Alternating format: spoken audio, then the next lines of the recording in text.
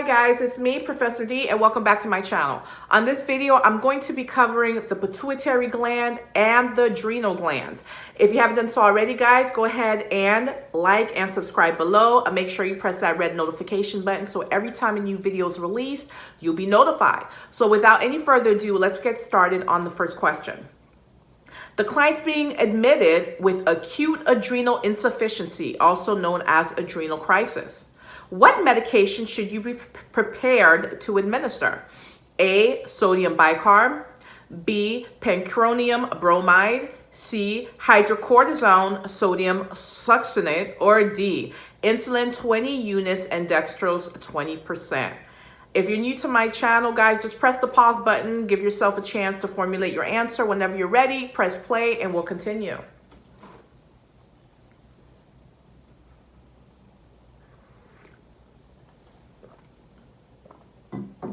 Okay, so the correct answer is C, hydrocortisone sodium succinate.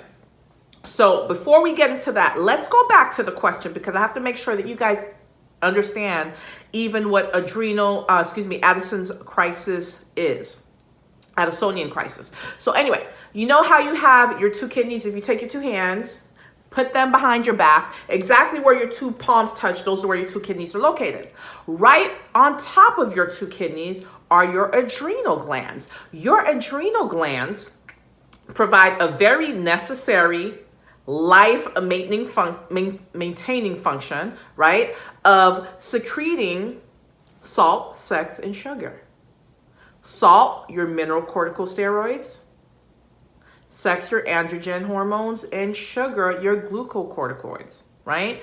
These two organs are responsible for your fight or flight. Somebody comes to rob you, you either need a burst of all that salt and all that sugar, give you energy to fight or to run, right?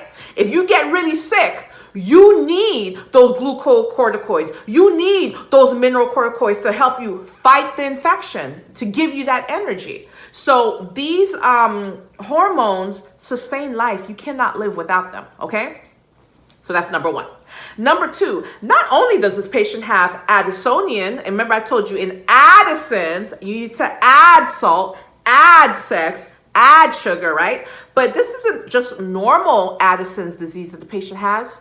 Look what it says, crisis. Whenever you see crisis or you see the word storm after a disorder, that means whatever that disorder is, multiply it by 100 or 1,000. That's what's going on with your patient, okay?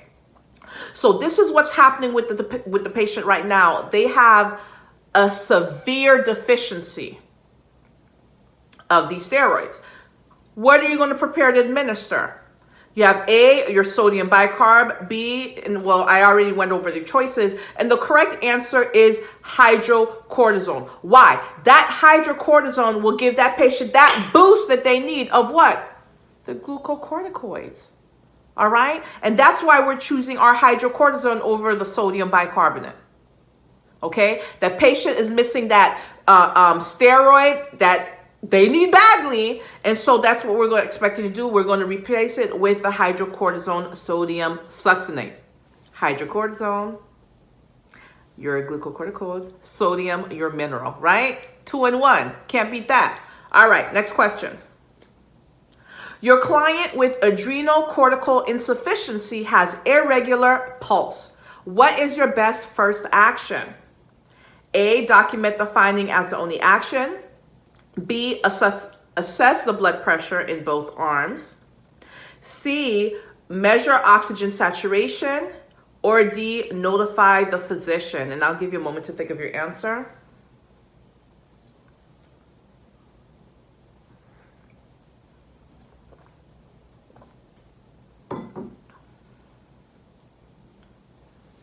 All right, guys. So your answer is D.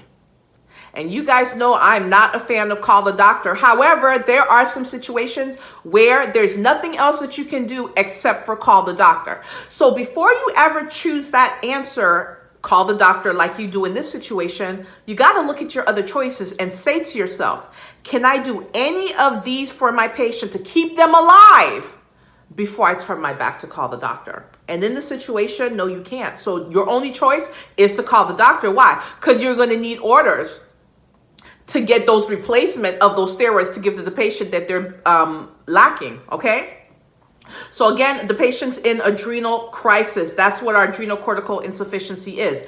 They are in adrenal crisis. What's your best first action? Let's look at our choices. Excuse me? Document the finding as the only action. I literally cannot even with you if you chose that answer. Look at me in my eyeball when I tell you this. Don't you ever in your life choose the answer, continue to document or continue to monitor if something's wrong. Obviously, something's wrong with this patient. It says right here that they're going through adrenal cortical insufficiency. That's the Addisonian crisis. And on top of that, let's say you didn't catch that you didn't realize something was wrong with the situation. They let you know that patient had an irregular pulse. And you're just going to continue to document? When you document, that means nothing's wrong. Okay? So we're going to get rid of that. We know that's not the answer. We have to do something. Okay? We have to do some type of intervention. And sometimes your only intervention is calling the doctor. Let's go through our other choices. 2, assess the blood pressure in both arms. Why?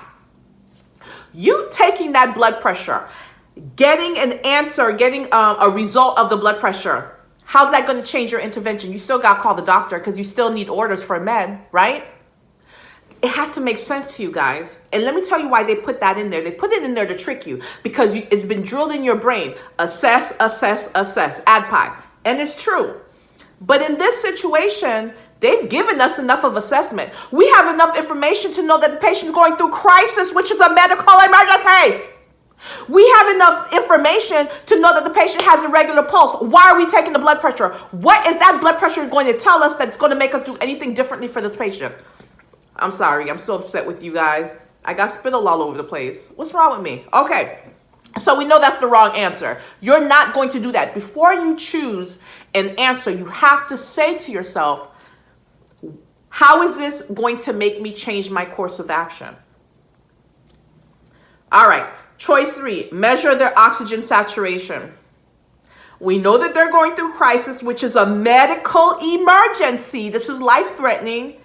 And they have irregular pulse. What is checking their O2 sat going to tell me, and how's that going to change my course of action? The only thing I can do is call the doctor. Why? I need to give this patient replacement of the salt, sex, and sugar that they're missing. Those androgen hormones, those glucocorticoid steroids that they're missing, the mineral corticoids that they're missing. Your salt, sex, and sugar has to be replaced. Those are medications. You can't give it without an order. You need to call the doctor right away. Now, let's talk about this irregular pulse. I want to make sure you guys understand what's happening here. Remember how I said everything's down? Mineral corticosteroids, down. Glucocorticoids, down. Androgens, down, right? You need to replace it.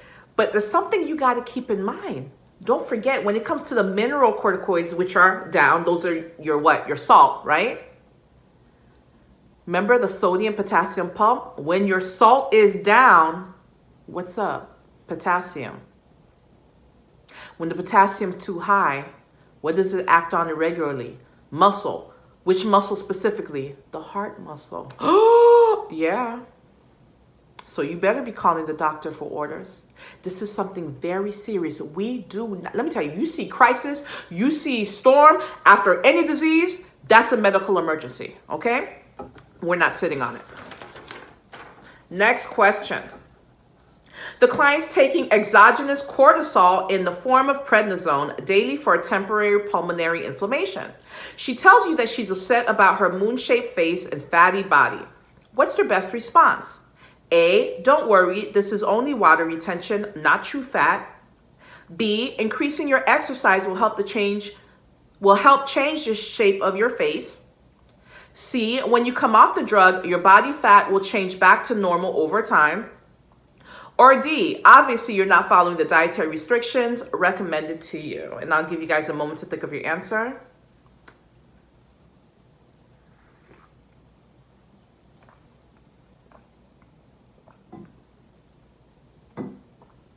Okay, so the correct answer is C. When you come off the drug, your body fat will change back to normal over time. And that's the correct answer.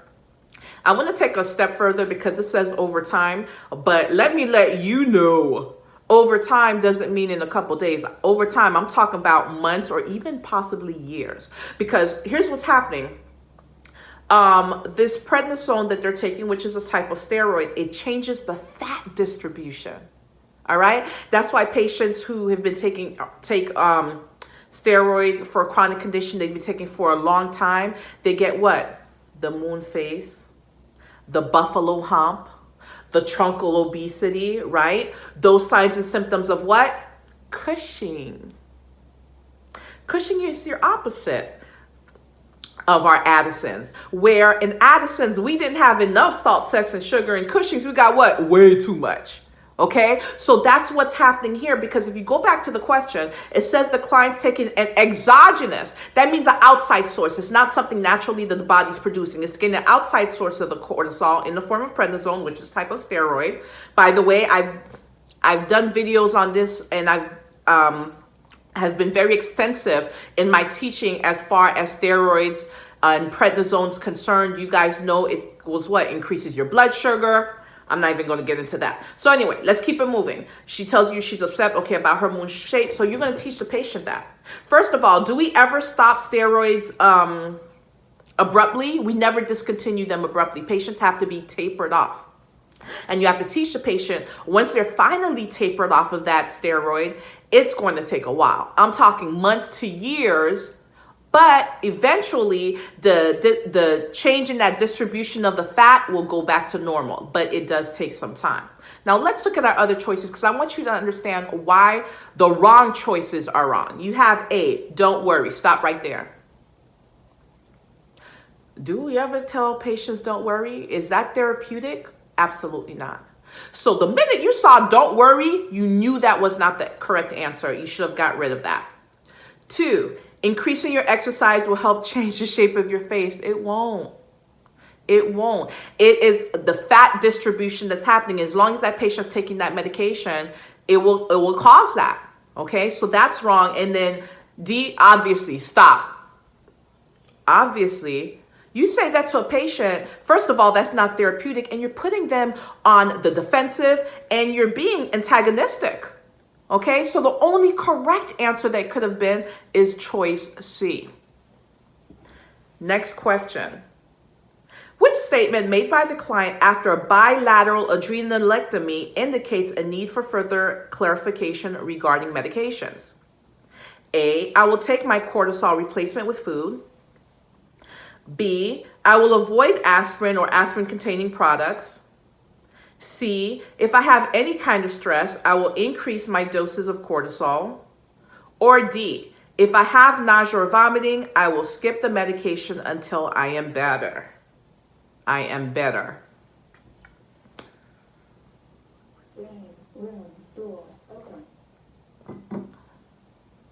All right, guys, so the correct answer is D. If I have nausea or vomiting, I will skip the medication until I am better.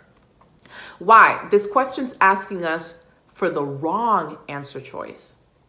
Okay? Remember, I told you, whenever you see a question asking you which one requires clarification, which one requires further teaching, which one would you question? All of that means which one's the wrong answer. And here, that's the wrong answer. If I have nausea or vomiting, I will skip medication until I'm better. Well, I just told you 2 questions ago, we never stop medications abruptly. Patients have to be weaned off, so we don't do that. Absolutely not. The other choices are correct. Let's look at 1. I will take my cortisol replacement with food. Absolutely. Why? What do we know beyond a shadow of a doubt about steroids? Number 1, they're very hard on the stomach. That's why you take it with food, because it can cause ulcers. Bleeding ulcers. Number 2, they cause hyperglycemia because they're so full of what? Sugar. Number 3, they make the bones porous. They can cause fractures. Okay? We know these about steroids. So Number one's absolutely correct. You want to take it with food to avoid ulcers. Oh, there's a fourth one about steroids. So I told you the blood sugar. I told you the fracture. I told you the ulcers. Oh, the most obvious one. They mask the signs and symptoms of infection. Okay? What are steroids? Anti-inflammatory. So any patients who are on steroids, you have to monitor them very, very closely. Because if you or I that have normal immune systems, if we get sick, one of the first things that happen, we'll see an increase in temperature, right? But those patients who are on steroids, remember steroids mask the signs and symptoms of infection. By the time their temperature starts to go up, they might even be septic. Okay, so those are 4 very important things for you guys to know about steroids. So anyway, that's why number 1 is the correct answer. Number 2, I will avoid aspirin or aspirin-containing products.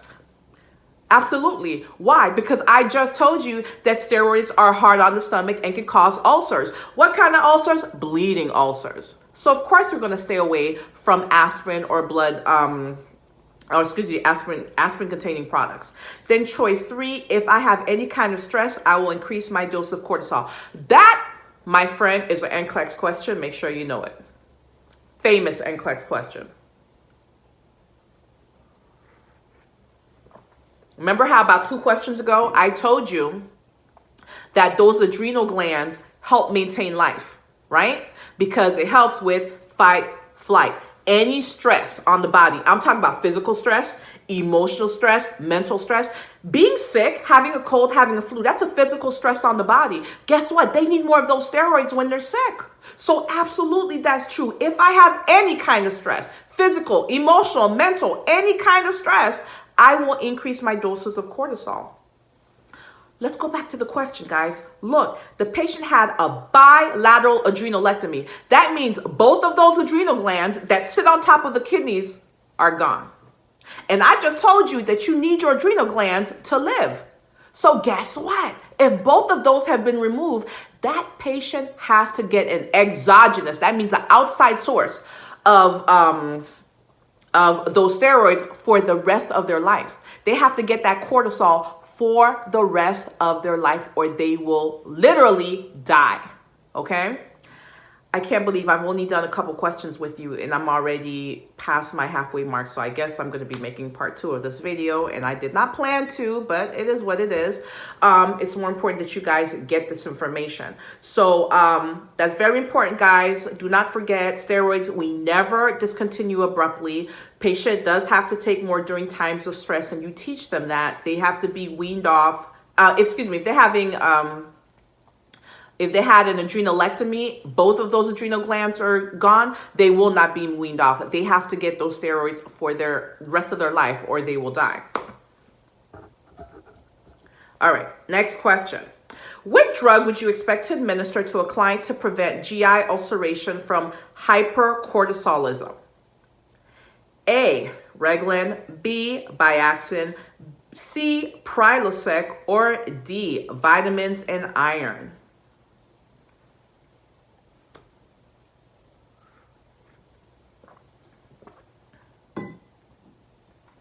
All right, guys, and the correct answer is C, your omeprazole, your Prilosec, right? How do we know that? In the question, they're asking us to prevent GI ulceration. So if you guys have watched my GI video, you knew this was the answer. You knew that patient was going to get a PPI, right? It's going to be your Prilosec. Why? Because it decreases hydrochloric acid. Increased hydrochloric acid is a risk factor for ulcer formation. So it only makes sense. Look at our other choices. A, Reglan, that's an anti-nausea medication. That's not going to prevent ulcers. B, your Biaxin, that's an antibiotic. That's not going to prevent ulcers. And then, of course, you have your vitamin and, vitamins and iron. So the correct answer is C.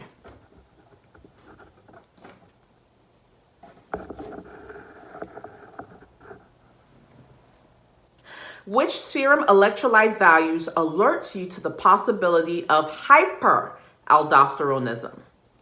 A, serum sodium 150, potassium 2.5. B, sodium 140, potassium 5.0. C, sodium 130, potassium 2.5. Or D, sodium 130, potassium 7.5. And I'll give you guys a moment to think of your answer.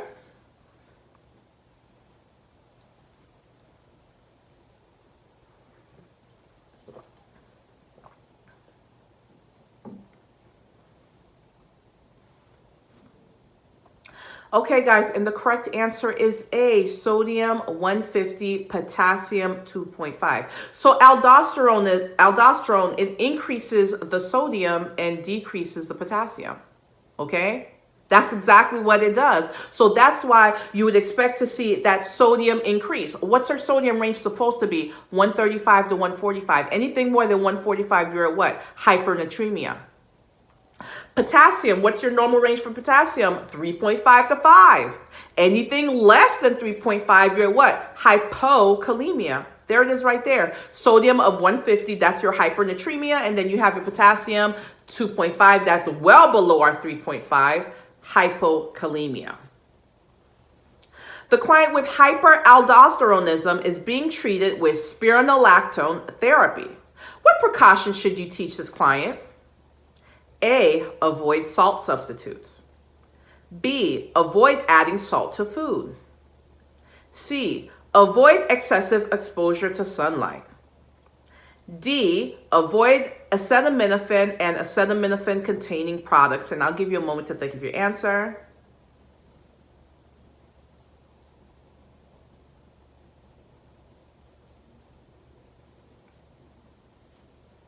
Okay, guys, so the correct answer is A, avoid salt substitutes. Why? Salt substitutes, guys,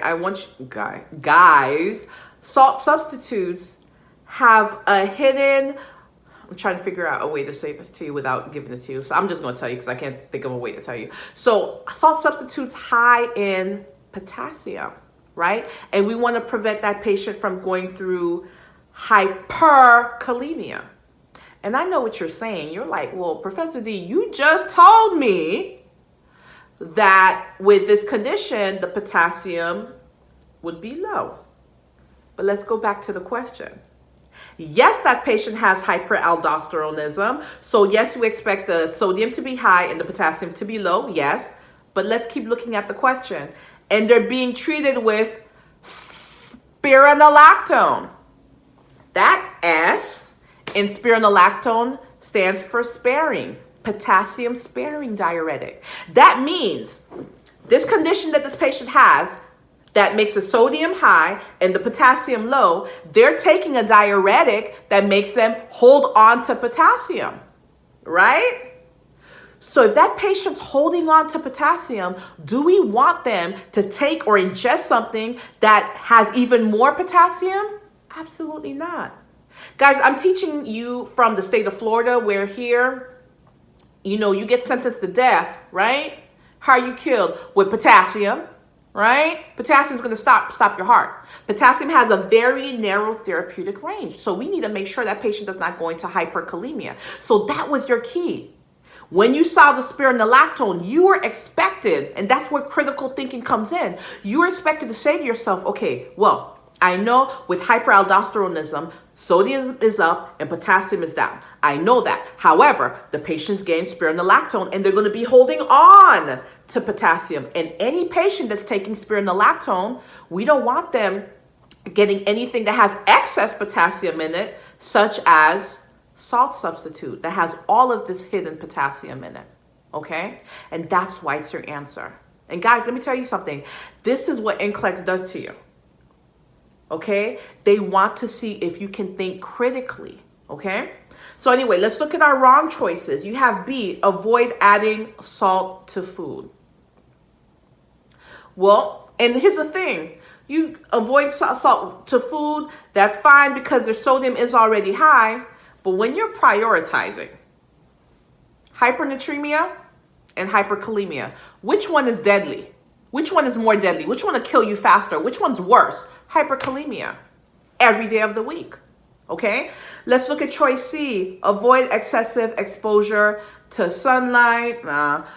That's just wrong. D. Avoid acetamin and acetamin containing products. So your correct answer, guys, is very clear, is the salt substitute, because acetaminophen or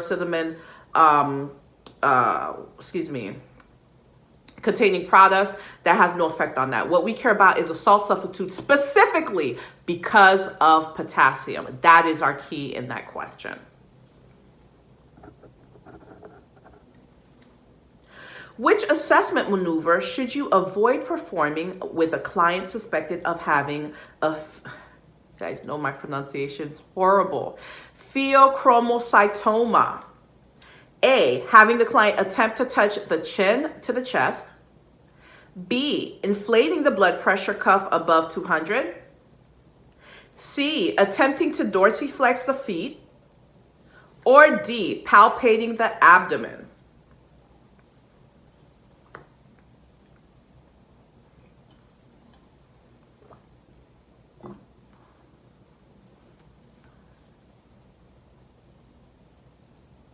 Okay, so the correct answer, guys, is D, palpating the abdomen. Why?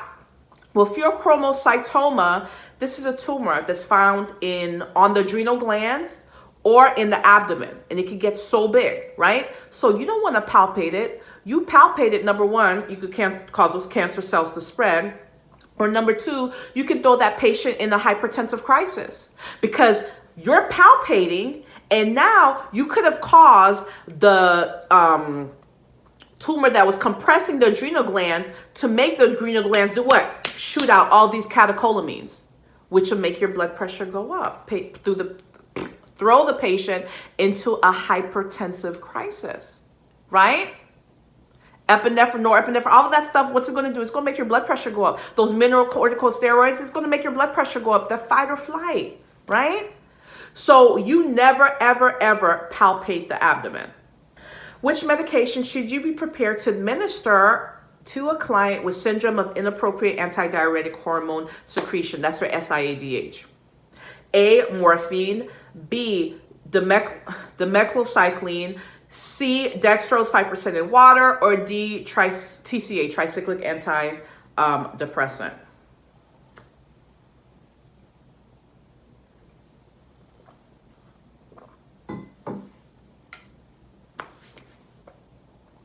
Okay, so the correct answer is B, the demeclocycline. Okay, and the reason for this is this works directly against the ADH.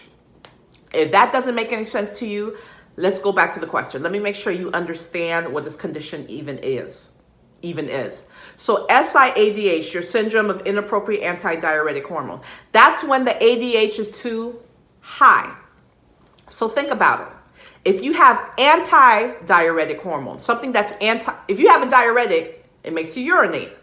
Anti-diuretic makes you hold on to the urine, not release it. So if a patient has too much anti-diuretic hormone, what are they doing? They're holding on to all their fluid. They are not letting it go. They're holding on to all of their fluid. Why is that a problem? Fluid overload. Think about it. Your sodium, all these electrolytes, potassium, electrolytes that are supposed to come out of your urine, you're not getting rid of your urine. You're holding on to all these fluid, okay? So with SIADH, this patient's holding on to all their fluid. It can throw them into fluid overload. So SIADH, guys, is the opposite of diabetes insipidus. Not diabetes mellitus, diabetes insipidus. So remember how I told you in SIADH, you're what? Holding on to all your fluids. You're holding on to all your fluids. And the little bit that you do let go are those electrolytes, but it's not even as much as you normally would, right? Diabetes insipidus, you're letting it all go. You're like Oprah. You get urine, you get urine, you get urine. Patients urinating all over the place. Patients going through dehydration because they're getting rid of all their urine, right? But their urine is dilute because they're holding on to their electrolytes.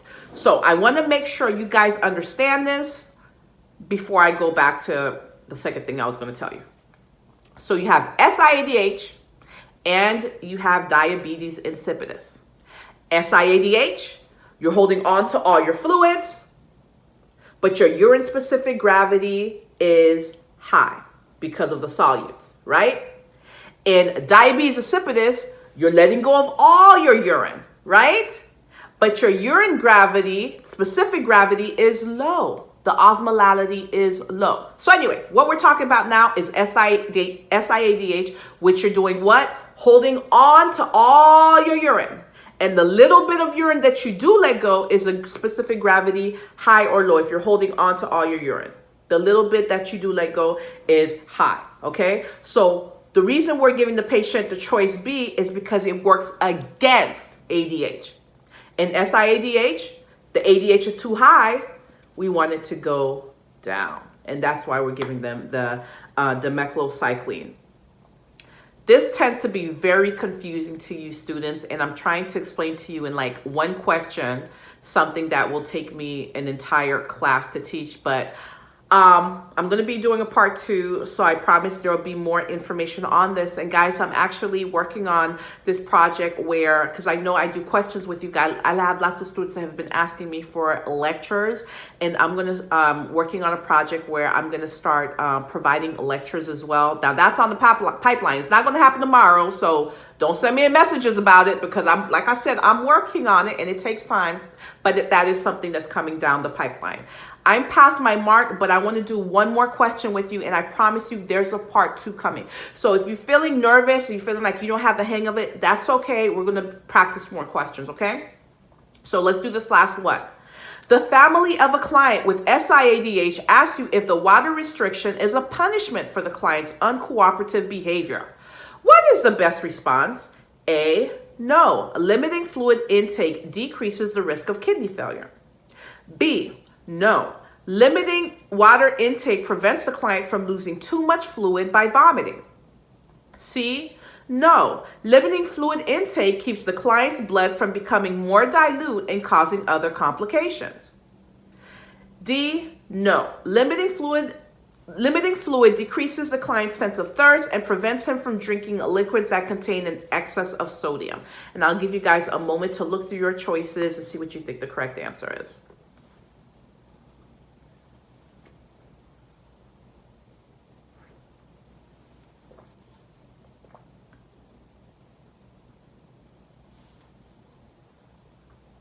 Okay, guys. And I kind of gave you guys the answer when I was explaining to you the difference between the SIADH and the diabetes insipidus. I hope you caught that. So the correct answer is C. No. Limiting fluid intake keeps the client's blood from becoming more dilute and causing other complications. And such as I told you, and like I told you before, what are those complications? All of those complications that comes with fluid overload. Okay? All that fluid's got to go somewhere, right? Could start spilling into that patient's lungs where fluid doesn't belong. Can throw the patient into seizures. There's a whole other set of issues that comes with fluid overload. Why? Because remember, in SIADH, they're doing what? Holding on to all their fluids instead of letting them go. So guys, that is the last question. I promise a part 2 is coming. Please, in the comment section, let me know what you think about the video and the questions so far. If you haven't done so already, please don't forget to like and subscribe below. Please share my content with your classmates, friends, anyone you think that would benefit from my video. Make sure you press that red notification button so you'll be notified every time a new video is released. And a part 2 is coming soon. Thank you so much for spending this time with me.